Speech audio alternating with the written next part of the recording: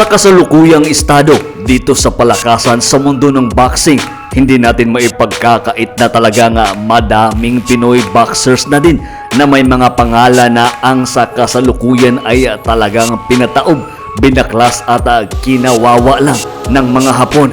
Isa ito sa mga sinyalis na sa kasalukuyan ay talagang mas maraming mga di-kalibring Hapon na mga boksidor na namamayagpag dito sa larangan sa palakasan ng boxing. Pero ang Pinoy na former 3 Division World Champion na si Janrel Cuadro Alas Casimero na matagal-tagal na din naghahamon sa pinagmamalaking superstar ng mga Hapon na si former undisputed bantamweight at current undisputed super bantamweight world champion na si Naoya Inoue sa timang Japan versus Philippines pa rin sa larangan ng boxing. Balikan natin ang isang nakalaban ni Cuadro Alas na Hapon na si Rayo Akaho na kung saan pinakita ni Casimero doon mismo sa baluarte ng mga Hapon kung gaano kalakas ang kalidad ng isang Janrel Cuadro Alas Casimero. Ngunit bago tayo magpatuloy, kung ngayon ka lang napadpad dito sa ating channel, please palike at subscribe at pasuporta naman dito sa ating channel.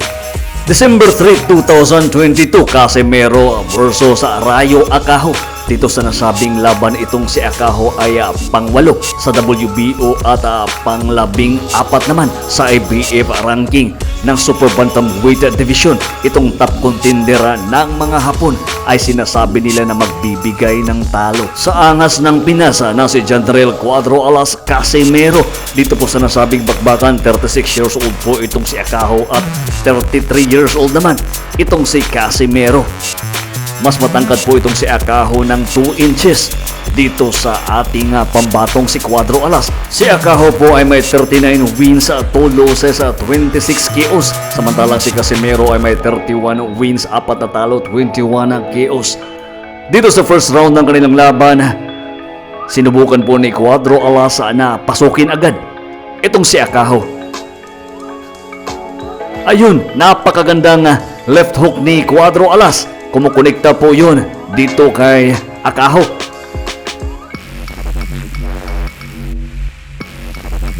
Dito po ginanap mismo sa baluarte ng mga Hapon. Dito sa Paradise City Plaza, Incheon sa Japan. Rayo Akaho throwing a jabs. Magandang jabs po na pinakawalan ni Akaho.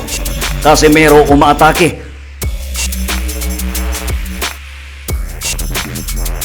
Napakalakas po ng mga left hook na pinakawalan ni Casimero. Kaso hindi po tumama dito sa Hapon.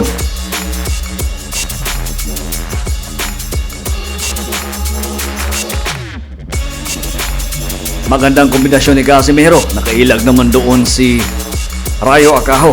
Rayo Akaho, napakagandang body shot. Pero may warning po ito sa referee na masyadong mababa daw yung suntok ng Hapon.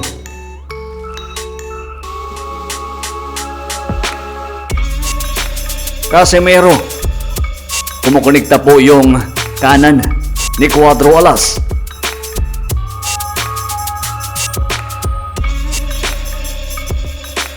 Kumukonekta si Casimero. Gumaganti naman itong si Rayo Akaho. Rayo Akaho, magandang body shot.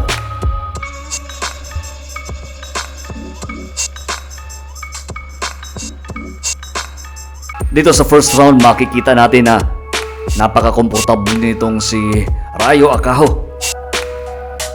Bawat atake ni Cuadro Alas is may ganti po itong si Akaho. Dito sa slow motion, sa first round, kumonekta po itong si Rayo Akaho. Good jobs naman na binitawan ni Cuadro Alas. Dito napakagandang right hook ni Akaho. Kumonekta naman doon yung kaliwa ni Casimero, pero sadyang may ganti itong si Rayo Akaho. Dito sa second round ng kanilang bakbakan, Cuadro Alas pinasok na agad itong si Rayo Akaho.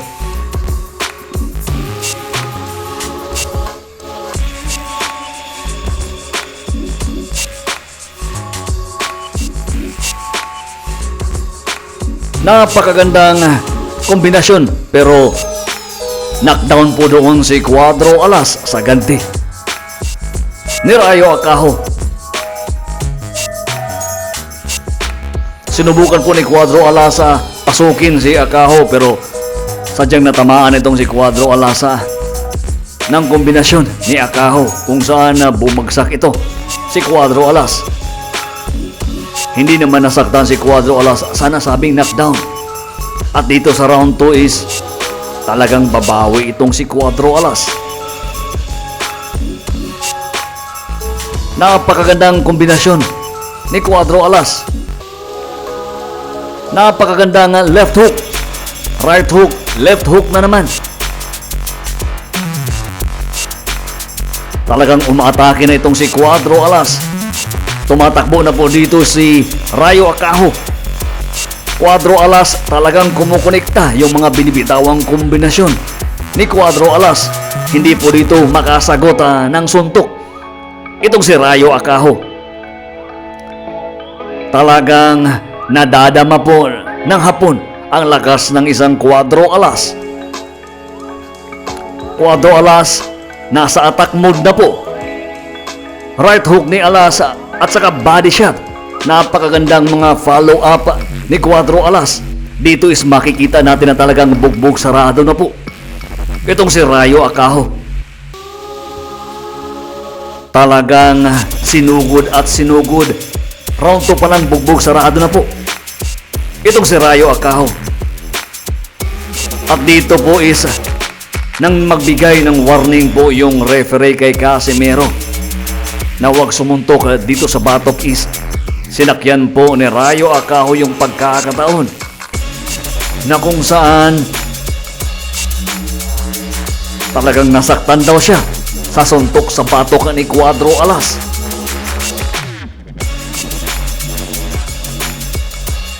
Pero marami yung naniniwala na talagang umiiwas lang ito si Rayo Akaho na ipagpatuloy ang nasabing bakbakan. Hindi naman po komunekta yung suntok sa batok.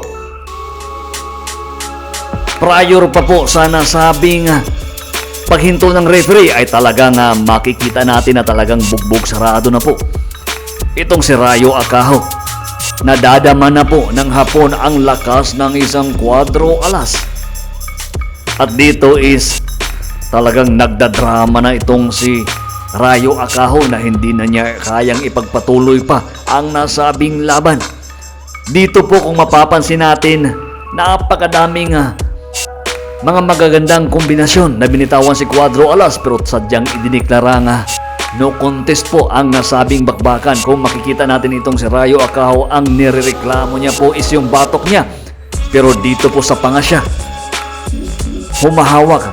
Dito sa knockdown ni Casimero, makikita natin na hindi naman nasaktan po itong si Cuadro Alas. Pero sa mga patama ni Casimero, sa mga solidong patama ni Casimero, mapapansin natin na nayayanig talaga itong pambato ng mga Hapon. At dito is nagdadrama na lang itong si Akaho na talagang nasasaktan siya sa suntok sa batok ni Cuadro Alas na kung saan mapapansin natin na hindi naman komunekta ng itigil ng referee. Yun po yung dahilan ni Rayo Akaho. Kung mapapansin natin talagang bugbog sarado na itong si Akaho. Dineklara mga tabla ang nasabing bakbakan. Itinigil man na ang laban sa second round. Pero kalaunan is binigay pa rin kay Janriel Cuadro Alas ang second round knockout victory kontra dito kay Rayo Akaho. Maangas man itong si Cuadro Alas pero tanggapin din natin yung katotohanan na talagang may lakas at guts ito para tumalo ng kampiyon at maging kampiyon uli dito sa boxing. Hanggang dito lang muna ang hatid ng Sports Feast PH. Sa di pa nakapag-like at subscribe sa ating channel, please pasuportahan naman. Hanggang sa muli, maraming salamat po.